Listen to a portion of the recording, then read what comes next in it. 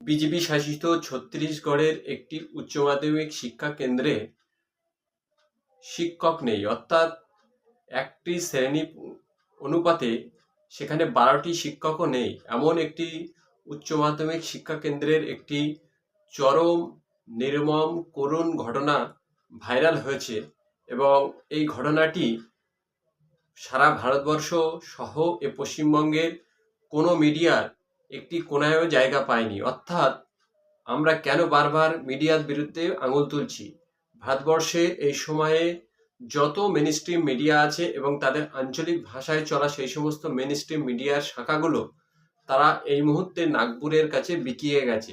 অর্থাৎ তারা নির্দিষ্ট একটি দলের কাছে বিকিয়ে যাওয়ার ফলে ভারতবর্ষ জুড়ে বিভিন্ন রকম যে রাহাজানি, দুর্নীতি, কর্পোরেট সংস্থার বাড়বাড়ন্ত এবং বিভিন্ন শিল্পপতিদের কোটি কোটি টাকা মকুব, এরকম নানা ধরনের ঘটনা সম্পূর্ণরূপে হলুদ মিডিয়া, গদি মিডিয়া, পা চাটা মিডিয়া, গোয়াল ঘরের মিডিয়া তারা সম্পূর্ণরূপে চেপে যাচ্ছে। সেই সঙ্গে পশ্চিমবঙ্গের যে সমস্ত মিডিয়া, মেনস্ট্রিম মিডিয়া, অর্থাৎ যে সমস্ত মিডিয়াগুলো মানুষ সব থেকে বেশি ফলো করে, সেই সমস্ত মিডিয়াও এই সমস্ত ঘটনাগুলোকে চেপে দিয়ে আপনাদেরকে মিথ্যে খবরের হজমি বড়ি খাইয়ে যাচ্ছে।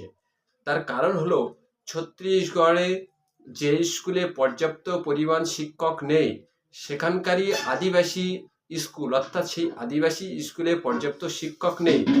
সেই শিক্ষকদের দাবি নিয়ে যখন স্কুলের দ্বাদশ শ্রেণীর ছাত্রীরা জেলা শাসকের কাছে গেছিল পর্যাপ্ত শিক্ষক পাওয়ার দাবি নিয়ে, সেখানে যাওয়ার পরে সেই জেলা শাসক তাদের সঙ্গে নির্মম এবং খারাপ ব্যবহার করে তাদেরকে সেই জেলা শাসকের অফিস থেকে বের করে দিয়েছে।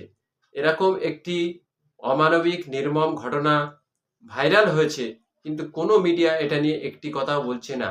আর আজকে যারা পশ্চিমবঙ্গের তথাকথিত বুদ্ধিজীবী সেজে বিভিন্ন রকম রাজ্য সরকারের দেওয়া পুরস্কার ফেরত দিচ্ছে, তারাও কোনো কথা বলছে না। তারা মনে করছে পশ্চিমবঙ্গটাই ভারতবর্ষ, অর্থাৎ পশ্চিমবঙ্গে যেটা ঘটেছে সেটাই সামগ্রিক দেশের ঘটনা, আর দেশের মধ্যে কোনো ঘটনা ঘটছে না।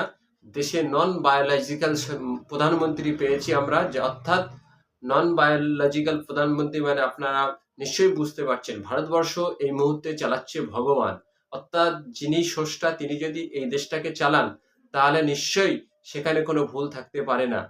তথাকথিত গোয়াল ঘরের হোয়াটসঅ্যাপের ইউনিভার্সিটিরা এটা মনে করছে, তার জন্যই তারা পশ্চিমবঙ্গটাকেই ভারতবর্ষ ভাবছে এবং পশ্চিমবঙ্গের যে সমস্ত ভুল ত্রুটিগুলো হচ্ছে সেটাই ভারতবর্ষের ভুল ত্রুটি। আর ভারতবর্ষর বলে যেটা আছে সেটাই কোনো ভুল ত্রুটি হচ্ছে না।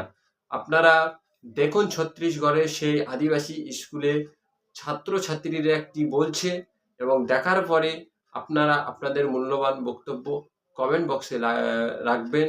এবং যদি এই ভিডিওটি ভালো লাগে তাহলে লাইক, শেয়ার, কমেন্ট করে আপনারা আমার MDIP নিউজ এর পাশে থাকবেন এবং अन्य देखार सुजोग हम लोग कलेक्टर सर के पास गए थे तो उसने सर ने ना हम लोगों को डीओ साहब के पास भेजा कि हम लोग 2 दिन में व्यवस्था करते हैं टीचर्स की, लेकिन डीओ सर ने हमसे बदतमीजी से बात की, बोलते हैं ऐसे बहस मत करो, चलो जाओ यहाँ से। क्या ये सब लिखो एप्लीकेशन में? कौन सिखाया तुम लोगों को लिखने के लिए? जिंदगी भर जेल का वो करोगे ना, समझ आ जाएगा, ऐसा वैसा करके बोले हम लोगों को।